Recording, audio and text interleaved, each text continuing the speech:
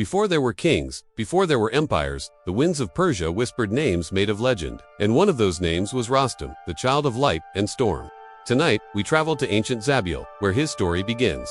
The night stretched wide over the desert, painted in silver moonlight. In the palace of Zel, a prince born with hair as white as snow, the air trembled with both hope and fear. His beloved wife Rutabe was in labor, but the child would not come. The palace, usually filled with life and music, was hushed. Even the torches on the walls seemed to hold their breath, their flames flickering nervously as if they, too, were waiting. Zal paced the marbled halls, his heart a drumbeat of anxiety. He was a king, a warrior, a man who had faced beasts and armies without flinching. But this was a battle beyond his strength. He was powerless. He could hear Rutabe's pained cries, and with every sound, a piece of his soul fractured. The finest physicians in the kingdom stood helpless, their faces grim. They whispered that the child was too large, too powerful, and that saving both mother and baby was impossible. Far away, in the jagged, snow-capped peaks of the Alborz Mountains, a magnificent, fiery bird opened her golden eyes. This was the Simurgh, the mythical phoenix-like guardian of destiny, whose feathers shimmered with the light of 1,000 sunsets. She had a deep connection to Zel, for she had found him as an abandoned infant and raised him as her own. Now, across the vast expanse of Persia, she felt his despair like a physical blow. Her maternal instinct, ancient and powerful, stirred within her. With a single, echoing cry that shook the very mountains, her feathers blazed to life. She launched herself into the night sky, a living comet streaking toward Zabul, the journey that would take a man on horseback weeks. She covered in mere moments. The great bird landed softly beside the palace gates, her presence so immense, yet so gentle that not a single guard was startled. Her voice, when she spoke, was not a squawk, but a sound like wind singing through silk, carrying an authority that was both commanding and comforting. "Fear not, Zal," she said, her voice echoing in his mind. "The child destined to be a hero will not be born in sorrow." Zal, his eyes wide with a mix of awe and relief, rushed to meet her. He had not seen his mythical mother since he was a young man, but her presence was as familiar as his own heartbeat. The Simurgh plucked a single, iridescent feather from her wing and offered it to him.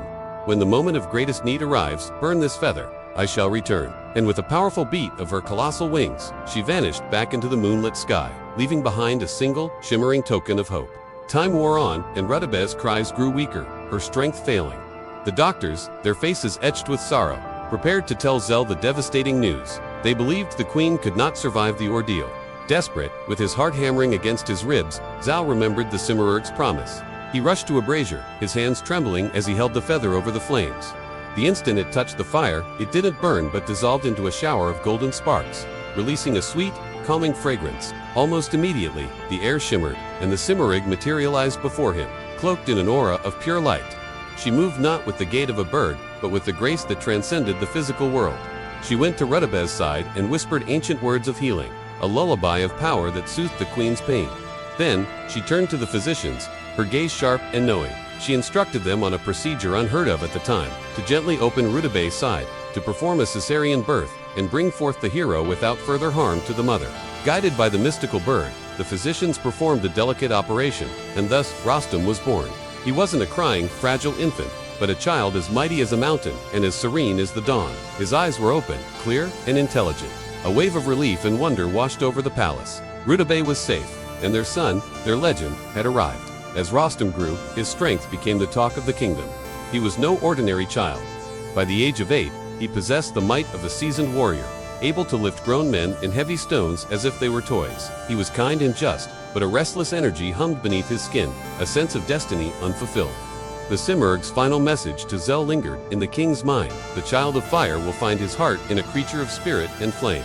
One crisp morning, Rostam, now a young man, rode out onto the vast plains of Zabulistan, seeking to find a steed worthy of his future. Herds of wild horses, the finest in all of Persia, roamed the grasslands. Rostam watched them, but none captured his spirit. Then, he saw it.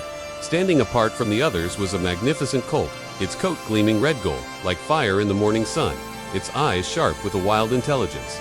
This was Rakhsh. As Rostam approached, the powerful horse reared and let out a defiant roar that challenged the sky itself. Other men would have fled, but Rostam saw not aggression, but a kindred spirit.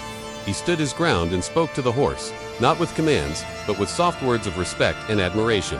He spoke of shared adventures and a destiny that bound them. Intrigued, the magnificent beast, Rakhsh, slowly lowered his head. He walked toward the young hero and bowed, a gesture of acceptance and loyalty. In that moment, the warrior and the horse had found each other. They were not master and steed, but two halves of a single, heroic soul. The people of Zabua rejoiced. The boy who had been born from the light of the Simurgh and saved by her wisdom now rode with the strength of 10 men, accompanied by a steed as legendary as himself. In the distance, thunder rolled a sign that the world would soon face turmoil and would need a hero. But for now, in the golden light of a Persian morning, Rostam and Rakhsh rode together, their silhouettes etched against the endless azure sky. And so, the tale begins of a hero born not just from strength, but from wisdom, mercy, and the song of a phoenix. Thank you for joining us on this journey into the heart of Persian mythology. If you enjoyed this story, don't forget to like, subscribe, and hit that notification bell so you don't miss our next legend. Until then, stay curious. Nebula Notes, where facts go viral.